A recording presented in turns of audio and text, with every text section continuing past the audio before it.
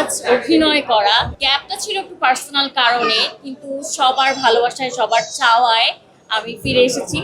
আর যেহেতু অভিনয়টাই আমার কাজ, আমি অভিনয় করতেই ভালোবাসি, এটা আমার প্যাশন, আমার প্রফেশন। সো আমি হোস্টিং করি, মডেলিং করি, যেটাই করি, কিন্তু মেইনলি আমি অ্যাক্টিংই করবো। সো আশা করি নাটকে আমাকে নিয়মিত পাবো।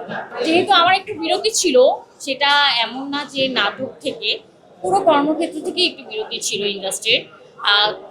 আর সিনেমার জন্য আসলে একটা প্রস্তুতি প্রয়োজন। আমি ব্যাক করেছি একটু রান করে নিজের কাজগুলোকে, তারপরে ইনশাল্লাহ সবার দোয়ায় খুব শীঘ্রই হয়তো, বলতে গেলে প্রথমবারই, কারণ আমি এভাবে live or like red carpet কখনো করিনি।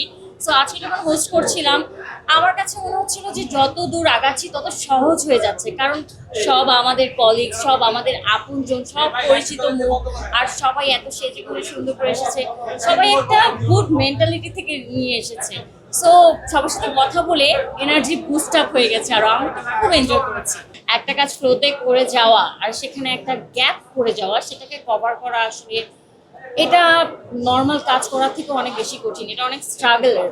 সো আমি অনেক ফ্লোতে অনেক সহজভাবে শুরু করে অনেক সুন্দর করে শুরু করে কাজ করে যাচ্ছিলাম, যেহেতু নিজে থেকেই একটা গ্যাপ দিয়েছি। সো এখন নিজেরই অনেক স্ট্রাগল করে, নিজের সাথে স্ট্রাগল করে কাজটা করতে হচ্ছে। বাট আমার মনে হয় এই যে নতুন একটা জার্নি জীবনের, এটাকে আমি খুব বেশি এনজয় করছি।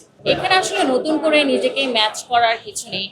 হ্যাঁ, আগের নির্মাতারা অনেকে কাজ করছেন না, বা অনেকে ফিল্ড চেঞ্জ করে ফেলেছেন, অনেকে এখন চলচ্চিত্র নির্মাতা হয়ে গেছেন, কিন্তু তারপরেও যারা নতুন এসেছেন তারাও তো আগে যারা সিনিয়র ছিলেন তাদের টিমেরই হয়তো কেউ কেউ অ্যাসিস্ট্যান্ট ডিরেক্টর থেকে ডিরেক্টর হয়ে গেছে।